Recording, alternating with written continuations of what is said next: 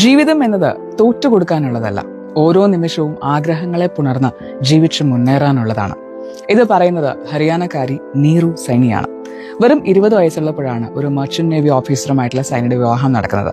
ഭർത്താവ് വളരെ നല്ല മനുഷ്യൻ, അവർക്ക് 2 പെൺമക്കൾ. പക്ഷേ 14 വർഷത്തെ സന്തോഷകരമായ ദാമ്പത്യത്തിനൊടുവിൽ ബ്ലഡ് ക്യാൻസർ പിടിപെട്ട ഭർത്താവ് മരിച്ചപ്പം ഹൗസ് വൈഫ് ആയിരുന്ന സൈനി 2 മക്കളെയും കൊണ്ട് ജീവിതത്തെ നോക്കി പകച്ചു നിന്നു. കുട്ടികളുടെ പഠനാവശ്യങ്ങൾക്കും കുടുംബ ചെലവിനുമായിട്ട് അവർ ട്യൂഷൻ എടുത്തു. ഒരു ഗവൺമെന്റ് സ്കൂളിൽ ടീച്ചറായിട്ട് ജോലി നോക്കി.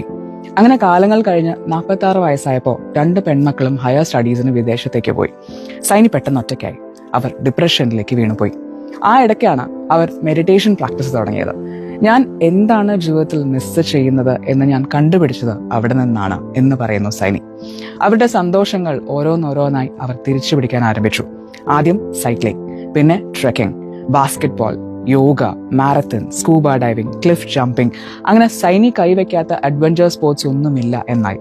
50 വയസ്സായപ്പോഴാണ് അവർക്ക് ബൈക്ക് ഓടിക്കണം എന്ന് ആഗ്രഹം തോന്നിയത്. അത് സാധിക്കുക മാത്രമല്ല, ഒരു റോയൽ എൻഫീൽഡ് സൂപ്പർനോവ ബൈക്ക് വാങ്ങി അവർ നേരെ പോയത് കാശ്മീരിലേക്കുള്ള ഒറ്റയ്ക്കുള്ള 7 ദിവസത്തെ സോളോ റൈഡിനാണ്. യാത്രക്കിടയിൽ പലവട്ടം ബൈക്ക് മഞ്ഞിൽ കുടുങ്ങി റോഡിൽ നിന്ന് തെന്നിത്തെറിച്ച് വീണു. പക്ഷെ സൈനി എന്ത് വന്നാലും തോറ്റു കൊടുക്കുന്ന ആളല്ല. സൈനിയുടെ മറ്റൊരു ഇഷ്ട വിനോദമാണ് ഡാൻസിങ്. ഡാൻസിങ് വീഡിയോസ് സോഷ്യൽ മീഡിയയിൽ ഇട്ടതോടെയാണ് അവർ വൈറലായത്.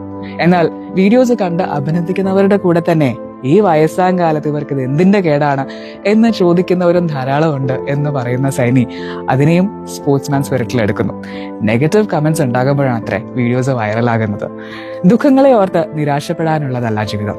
ആഗ്രഹങ്ങളെല്ലാം അതിപ്പോ എത്ര ചെറുതോ വലുതോ ആയിക്കോട്ടെ, അതൊക്കെ ഒരു ആഘോഷമാക്കി മാറ്റി മുന്നേറാനുള്ളതാണ് നമ്മുടെ ഓരോരുത്തരുടെയും ജീവിതം എന്ന് ഓരോ നിമിഷവും സൈനി നമ്മെ ഓർമ്മിപ്പിക്കുന്നു.